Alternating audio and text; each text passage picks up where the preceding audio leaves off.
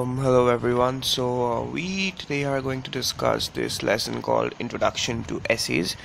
So as you know that this is our writing skills course and we need to cover essays, letters, reports, précis. But the first of these things is essays. Now, before we actually start, there's one thing I actually forgot to include in the overview. That is, we shall definitely look at the marking schemes. Okay, that is what can get you marks and what can not get you marks. What makes you lose marks. So before going into that, essay is the first thing on your question paper. Okay, like you will have usually 5 to 6 options and you need to solve one of them according to your choice. So this lesson will just go over the types of essays that you have, and with the upcoming lessons we shall discuss each of them as they are. So introduction to essays. Now, what are essays firstly?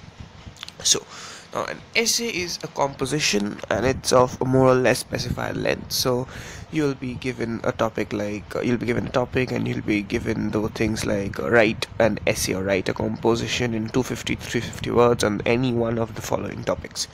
So when I say composition, what I basically mean is you need to compose it, right? That is, you need to start from zero, scratch, and then you need to build up the full thing. So that's an essay. And remember that an essay should clearly be distinguished into paragraphs. Okay, now as children we had done paragraph writing, where you needed to write one paragraph on something.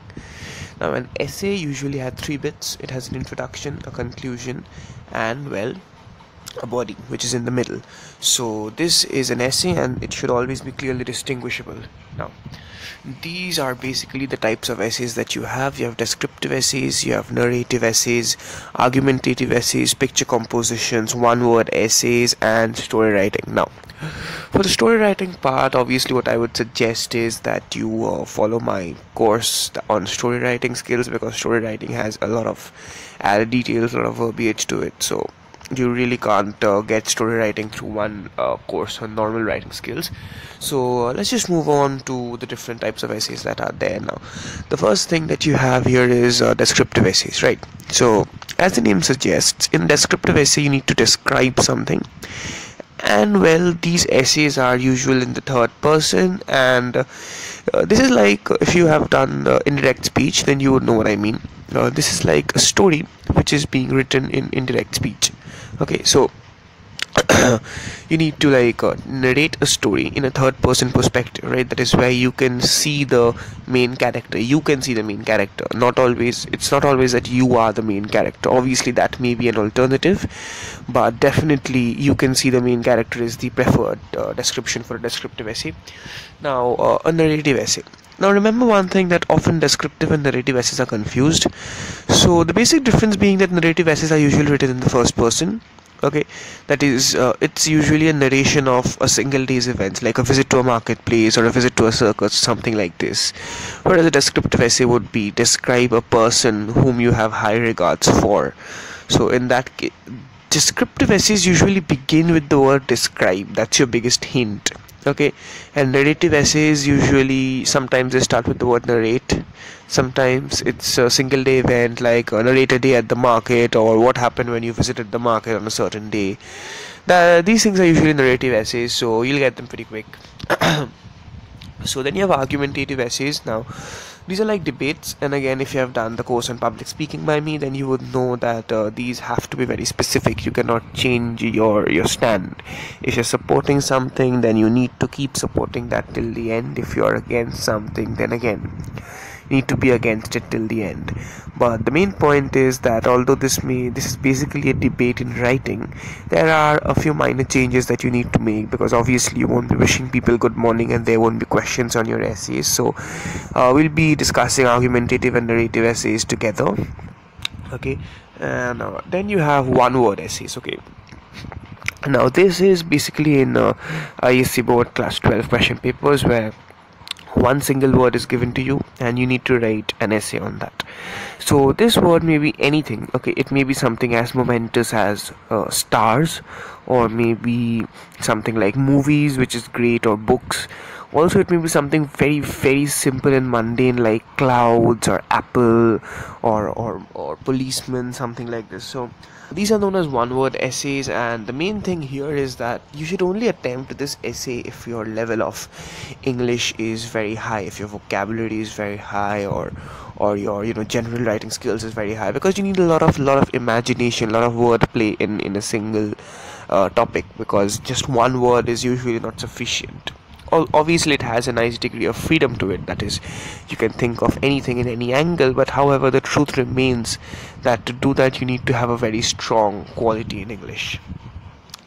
Now, the next thing that you have on the list is a picture composition. Okay, so what is basically a picture composition? Now, picture composition is you'll be given a picture, okay, and you need to analyze that picture, whatever you can get from that picture. Okay, you may analyze it in different ways. For instance, if there's a picture of a boy and a girl walking, you can think of something romantic, you can think of friends, you can think of them being secret agents, you can think of them being murderers, criminals.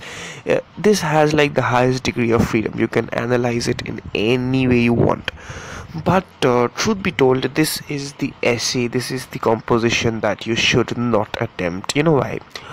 Because in your school level examinations, the teachers usually have a very strict process for checking essays. That is, they have a given answer sheet, a model answer sheet, and whatever for the picture composition, the points are given. And by chance, if the teacher is not a very friendly sort of guy or lady, then he would usually prefer that you stick to the points or don't innovate a lot. So picture composition is something that I would generally advise you to avoid if you can. But again, if you don't have any other alternative, then that is the way to go. Okay, then you have story writing. Okay, now in story writing, if you have done my course on story writing, then you would probably know that there's like a lot to do here. Okay, this is not just any normal essay. There are thousands of things to include, like theme and setting and character development and plot. So what we are going to do basically is that we are going to study story writing from that course that I have given.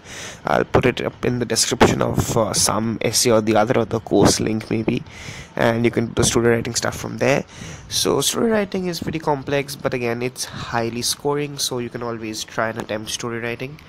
That is basically it. Okay, and remember that for every single essay that you attempt, every essay ever, there are a few points that are like common to every single essay. Okay, firstly, you need to remember that every essay needs to be clearly divided into sections, and the minimum number of sections is 3. So the first thing should be an introduction, okay, and this can be an introduction to the general body. This can be an introduction to the essay. The actual introduction varies from topic to topic, but again, we shall look into that in details later. So the next thing that you need to remember is that, like I said, minimum 3 sections should be there: introduction, body, and conclusion, and each section should be clearly like marked out. Obviously, you don't need to write introduction for the first section, but it should feel and sound like an introduction. Okay, it shouldn't sound like a conclusion.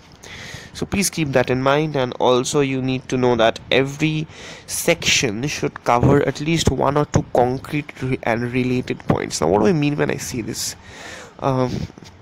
If you have a certain paragraph dealing with, say, the solving of a murder, and in this paragraph you're dealing with the police running around and interviewing people, then you shouldn't have a scene where a sudden shootout starts out of nowhere. Okay, that is really wrong. So please don't do that. Please don't. So please have related points per paragraph, and try to keep the paragraphs concise and crisp, and break it down as much as possible, but again, not too much. Okay, keep a normal length, and we shall proceed further. Obviously, in our next course we will be having descriptive essays, then we'll have the narrative essays and one word essays together. Then we shall do picture composition in a separate thing, and then argumentative essays will be discussed with narrative maybe. So that will be done, and then obviously we shall have letter writing, report writing. There's a lot to do. Okay, and you shall get there soon. For now, this lesson ends, and we shall have descriptive essays very soon. So thank you, and I hope you all have a very good day, and that you can write about it very nicely. Goodbye.